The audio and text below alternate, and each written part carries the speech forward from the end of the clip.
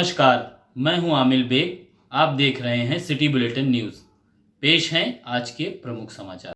जुड़वा शहर फैजाबाद अयोध्या में निधि समर्पण संपर्क अभियान के लिए मंदिर ट्रस्ट के महासचिव चंपत राय के नेतृत्व में राम यात्रा निकाली गई। केसरिया रामनामी गले में डालकर बाजार से लेकर घर घर संपर्क करके मंदिर निर्माण के लिए जमा किया जा रहा है धन। आगे रिक्शे पर भगवान राम का रथ कटआउट का चल रहा था।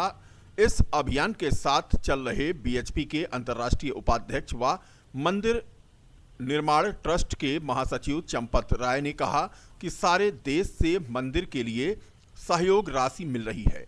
अभी सही आंकड़ा नहीं दिया जा सकता, लेकिन जितनी अपेक्षा थी उससे कई गुना ज्यादा धनराशि जमा हो गई है। रिकाबगंज से नाका व बाजारों में संपर्क आज चला, जिसमें उन्होंने खुद घर घर जाकर संपर्क किया।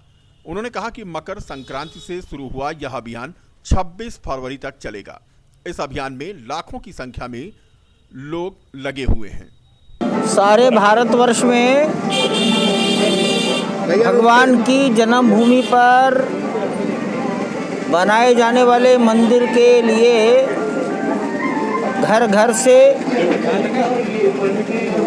प्रत्येक जन से श्रद्धा समर्पण स्वीकार करने का ये कार्यक्रम है।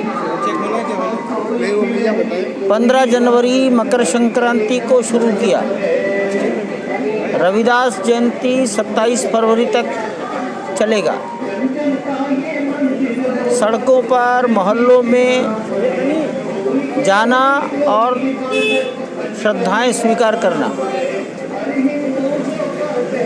मुझे यहाँ के कार्यकर्ताओं ने आज कहा तो मैं बाजार बजाजा से इस कार्य में बाजार में कार्यकर्ताओं के साथ सहभागी हुआ हूँ और नाका तक जाऊँगा। तो अभी कहना उचित नहीं है, कठिन है, कुछ न कुछ गलतियां होंगी। जब सब इकट्ठा हो जाएगा, ऑडिट हो जाएगा, तभी बताएंगे। लेकिन समाज की भावनाएं, समर्पण हमारी अपेक्षाओं से कई गुना ज़्यादा है। उत्तर प्रदेश जल निगम संघर्ष समिति के बैनर तले कर्मचारियों ने धरना प्रदर्शन किया है। पिछले 5 महीने से वेतन न मिलने से नाराज होकर कर्मचारियों ने जल निगम विकास खंड में 1 दिवसीय धरना दिया और सरकार के खिलाफ जमकर नारेबाजी की। जल निगम कर्मचारियों ने मांग की है कि 5 महीने से वेतन न मिलने से परिवार भूखी की कगार पर है, जिसके चलते कामकाज ठप करके वह धरने पर बैठ गए हैं। वहीं जल निगम कर्मचारी मनोज श्रीवास्तव ने बताया कि माह सितंबर 2020 से अब तक बकाया 5 महीने का वेतन और पेंशन का तत्काल भुगतान कराया जाए। वर्ष 2016 से बकाया सभी पेंशनरों का तत्काल भुगतान हो। अगर हमारी मांगें पूरी नहीं हुई तो पूरे प्रदेश में यह धरना जारी रहेगा। जल निगम कर्मचारियों ने 1 सूत्रीय मांगों को लेकर जिलाधिकारी को ज्ञापन सौंपा। इस मौके पर मनोज श्रीवास्तव, सर्वेश श्रीवास्तव, आशीष व अन्य जल निगम कर्मचारी मौजूद थे। भारतीय जनता पार्टी के फायर ब्रांड नेता व बजरंग दल के संस्थापक विनय कटियार ने आज कहा कि दिल्ली के मंगोलपुरी में बजरंग दल कार्यकर्ता की जिन लोगों ने हत्या की, उनके खिलाफ कड़ी कार्रवाई होनी चाहिए। बिना भेदभाव के कड़ा से कड़ा दंड मिलना चाहिए। देश के अन्य राज्यों में भी झगड़े हुए, लेकिन हत्या की सूचना तक नहीं मिली। इस घटना में शामिल लोगों को कड़ी सजा मिलनी ही चाहिए। विषय है कि इन लोगों ने हत्या की है, लेकिन जिन लोगों ने हत्या की है उसके खिलाफ कड़ी कार्रवाई होनी चाहिए, बिना भेदभाव के होनी चाहिए और कड़ा से कड़ा दंड देना चाहिए। और ऐसी घटनाएं हो रही हैं जगह जगह। मध्य प्रदेश में हुआ है, साउथ में हुआ है, लेकिन वहाँ हत्या नहीं हुई है, झगड़े हुए हैं। तो इस पर कार्रवाई होनी चाहिए। बहुजन समाज पार्टी सर्वजन हिताय व सर्वजन सुखाय के आधार पर 5वीं बार बसपा सरकार बनाने के लिए आगामी 15 मार्च से पार्टी काशीराम विचार यात्रा निकालने जा रही है। शुक्रवार को एक स्थानीय गेस्ट हाउस में आयोजित कार्यक्रम में शिरकत करने पहुंचे बसपा के नेशनल कोऑर्डिनेटर जयप्रकाश सिंह ने यह जानकारी दी। कार्यक्रम में पहुंचे बसपा नेता का पार्टी कार्यकर्ताओं ने फूलमाला पहनाकर जोरदार स्वागत किया। कार्यकर्ताओं को संबोधित करते हुए जयप्रकाश सिंह ने कहा कि बसपा सभी धर्मों को साथ लेकर आगामी चुनाव में मैदान में उतरेगी। उन्होंने बताया कि 15 मार्च से पार्टी सर्वजन हिताय व सर्वजन सुखाय पर आधारित 5वीं बार बसपा सरकार बनाने के लिए काशीराम विचार यात्रा निकालने जा रही है, जिसमें पार्टी उत्तर प्रदेश के 403 विधानसभा में 3 दिन का कार्यक्रम रखेगी। प्रतिदिन 5 तरह के कार्यक्रमों का निर्णय लिया गया है, जिसमें पहला कार्यक्रम उत्तर प्रदेश में 1 लाख घरों में बसपा के झंडे लगाए जाएंगे, नुक्कड़ सभाएं, और तीसरा कैडेट कैंप, चौथा बाल पेंटिंग, और जबकि 5वां कार्यक्रम गैर राजनीतिक संगठनों को सत्ता प्राप्ति हेतु उन्हें मुख्य धारा से जोड़ना है। इस अवसर पर मंडल अध्यक्ष मिशन काशीराम, अतुल कुमार भारती, मंडल कोऑर्डिनेटर आशीष गौतम आदि मौजूद थे। आज हम लोग आपके इस अयोध्या में जो हम आए हैं वो हम लोग 15 मार्च से लगभग क्या पूर्णतः 15 मार्च से हम लोग एक कांशीराम विचार यात्रा निकाल रहे हैं। उसमें हमारा उद्देश्य है कि हम लोग सर्वजन हिताय सर्वजन सुखाय पर आधारित 5वीं बार बसपा सरकार बनाना हमारा ये उद्देश्य है।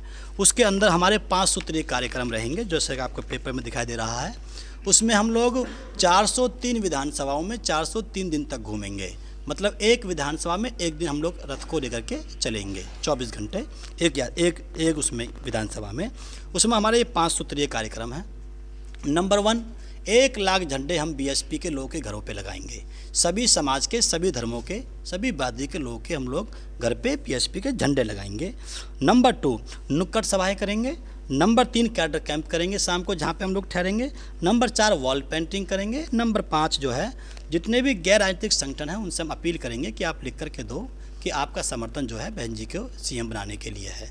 तो ये कार्यक्रम है। उससे पहले हम लोग ये जो है जगह जगह घूम रहे हैं, जिससे कि उनको हम लोग तैयार कर सकें कि जब आपके क्षेत्र में रथ यात्रा आएगी तो आप लोग उसका स्वागत करें आप लोग उसमें। तो ये हमारा कार्यक्रम है, उसी के तहत हम लोग यहाँ पर आए हुए हैं। अयोध्या जिले में आज राष्ट्रीय लोकदल के नेता अजीत सिंह का जन्मदिन मनाया गया। राष्ट्रीय लोकदल के नेता व पूर्व शिक्षा मंत्री डॉक्टर मसूद अहमद ने इस मौके पर आज कहा कि किसानों के आंदोलन के सारे मुद्दे सही, लेकिन सरकार डूबी हुई है, अहंकार में है। जिन लोगों ने वोट देकर सत्ता तक पहुंचाया, उन्हीं को चैलेंज कर रही है यह सरकार। जब यह आंदोलन समाप्त हो रहा था, ऐसे समय में चौधरी अजीत सिंह ने यह मोर्चा संभाला था। सरकार ने राकेश टिकैत को रुलाने का काम किया है। चौधरी अजीत सिंह किसानों के मसीहा हैं। चौधरी अजीत सिंह के आने से किसान आंदोलन बच गया। अगर सरकार आंदोलन को कुचल देती तो आने वाले दिनों में इस सरकार के खिलाफ आंदोलन करने के लिए कोई खड़ा नहीं होता। उन्होंने कहा कि किसान आंदोलन जो चल रहा है, इसका पूरा श्रेय चौधरी अजीत सिंह, चौधरी जयंत को है। अगर किसी ने सरकार को चैलेंज किया है तो वह चौधरी जयंत ही हैं। बता दें कि आज अयोध्या जनपद में चौधरी अजीत सिंह का जन्म राष्ट्रीय लोकदल के कार्यकर्ताओं ने धूमधाम से मनाया और इस अवसर पर केक भी काटा गया। किस चीज़ की जयंती मनाई? ऐसा है कि राष्ट्रीय लोकदल चौधरी चरण सिंह की नीतियों पर चलने वाली पार्टी है और आज चौधरी अजीत सिंह जी हमारे राष्ट्रीय अध्यक्ष हैं। उनकी जयंती तो हमेशा मनाई जाती रही है, लेकिन इस बार की जयंती का अपना एक अलग महत्व है, क्योंकि पूरे देश का किसान सड़कों पर है और हमारी बाध्यता है। चौधरी चरण सिंह किसानों के, गरीबों के, खटियर मजदूरों के नेता थे। उनके लिए उन्होंने जीवन पर्यंत संघर्ष किया। अब हमारी जिम्मेदारी है और राष्ट्रीय लोकदल के लोग चौधरी चरण सिंह की नीतियों पर चल रहे हैं और उस संघर्ष को आगे ले जा रहे हैं। आज इस देश का किसान, मजदूर सब खतरे में है। जिन किसानों ने मोदी जी को प्रचंड वोट दे करके इस देश का प्रधानमंत्री बनाया, उनके वादों के झांसे में आकर के आज वही मोदी जी किसानों से लड़ने का काम कर रहे हैं, किसानों को आग दिखा रहे हैं। चौधरी अजीत सिंह जी की मैंने बात कही कि ये महत्वपूर्ण मौका है जब इस देश का किसान हारने जा रहा था। बीकापुर में आज साथी अधिवक्ता के उत्पीड़न से आक्रोशित अधिवक्ताओं ने पैदल मार्च निकालते हुए कोतवाली में जाकर पुलिसिया कार्रवाई पर गहरी नाराजगी व्यक्त की। बीकापुर में कार्यरत वरिष्ठ अधिवक्ता श्याम नारायण पांडे, जो कोतवाली से चंद कदम की दूरी पर ही रायकापुरवा के निवासी हैं, बीती रात दबंगों द्वारा उनकी जमीन पर करीब 10 डंपर काली मिट्टी डालकर कब्जे का प्रयास किया गया। वकीलों का आरोप था कि इस पूरे प्रकरण में स्थानीय पुलिस की भूमिका तब संदिग्ध हो गई जब अधिवक्ता द्वारा सूचित किए जाने के बाद भी स्थानीय पुलिस कोतवाली से चंद कदम दूर पर ही घटनास्थल पर मौके पर नहीं पहुंची। विरोधियों ने अधिवक्ता की उस जमीन की नवायत बदल दी, जिस पर सिविल कोर्ट द्वारा यथास्थिति का स्थगन आदेश प्राप्त है। अधिवक्ता श्याम नारायण पांडे के ऊपर ट्रैक्टर द्वारा कुचलने का प्रयास भी किया गया, जिसको लेकर आज बीकापुर के बार एसोसिएशन में गहमा गहमी का माहौल दिखाई दिया। सर्वसम्मत से लिए गए निर्णय के बाद बार अध्यक्ष श्याम मनोहर पांडे की अगुवाई में अधिवक्ताओं ने कोतवाली में जाकर प्रभारी निरीक्षक को पुलिसिया कार्रवाई के प्रति गहरी नाराजगी जताई। रास्ते में ट्रैक्टर बेतरतीब भागा जा रहा है, 8 लोग ट्रैक्टर लेके भाग रहे हैं। मैंने उनको रोकने का प्रयास किया तो उन्होंने, ट्रैक्टर चालकों ने मेरे ऊपर ट्रैक्टर चढ़ा करके जान से मार डालने का प्रयास किया। मैं अपनी जान बचा करके भागा, इससे मेरे पड़ोसी भी पहुंच गए। मौके पर देखा खेत में 8 टाली मिट्टी गिरी हुई है। मैंने कोतवाल से फ़ोन किया, सीओ को बताया, 112 पे फ़ोन किया। श्रीमान बहादुर सिंह दरोगा मौके पर गए। आज मैंने इस आशय का प्रार्थना पत्र जो है श्रीमान थाना प्रभारी महोदय बीकापुर के समक्ष दिया है कि उनके अपने अधिवक्ता प्रतिनिधि मंडल के साथ अध्यक्ष के नेतृत्व में, श्री श्याम मनोहर पांडे के नेतृत्व में, कि इसकी जांच करा ली जाए और दोषी व्यक्तियों के खिलाफ वैधानिक कार्यवाही करते हुए मेरे जान माल की। उत्तर प्रदेश खेत मजदूर यूनियन के राष्ट्रीय आह्वान पर आज नगर मजिस्ट्रेट को, प्रधानमंत्री को और मुख्यमंत्री को संबोधित एक ज्ञापन दिया गया। यूनियन के जिलाध्यक्ष ने बताया कि केंद्रीय बजट में मनरेगा मजदूरों, अन्य मजदूरों को कोई भागीदारी सुनिश्चित न होने के कारण मनरेगा में कम किए गए बजट के तथा श्रम विभाग से संचालित योजना चिकित्सा लाभ के अंतर्गत ऑनलाइन साइट बंद किए जाने के कारण श्रमिकों को भारी नुकसान हो रहा है। दिल्ली के मंगोलपुरी में बजरंग दल कार्यकर्ता की हत्या की घटना को लेकर अयोध्या के संत और बजरंग दल ने रोष जताया है। हनुमानगढ़ी के महंत राजूदास ने दिल्ली के मंगोलपुरी में बजरंग दल कार्यकर्ता की हत्या पर रोष जताते हुए कहा कि बजरंग दल कार्यकर्ता की हत्या दुर्भाग्यपूर्ण है और इसकी जांच होनी चाहिए और जो लोग इसमें शामिल हैं उनके खिलाफ कड़ी कार्रवाई होनी चाहिए।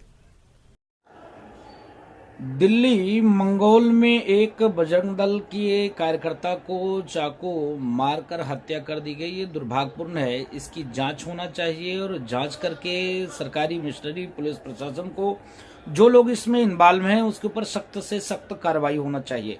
क्योंकि आप देख सकते हैं जिस प्रकार से हिंदू जनमानस का राम जन्मभूमि में समर्पण निधि का कार्यक्रम चल रहा है, उस कार्यक्रम से आहत होकर और अन्य संप्रदाय के लोग इतने आहत हैं कि उनके मन में कौन सी ऐसी टीस पैदा हो गया कि कई जगह, दिल्ली का ही मामला नहीं है, राजस्थान का मामला है और एक जगह का मामला है जहां पर संघ के कार्यकर्ता समर्पण निधि का कार्यक्रम कर रहे थे और गोली मार दिया जाता है।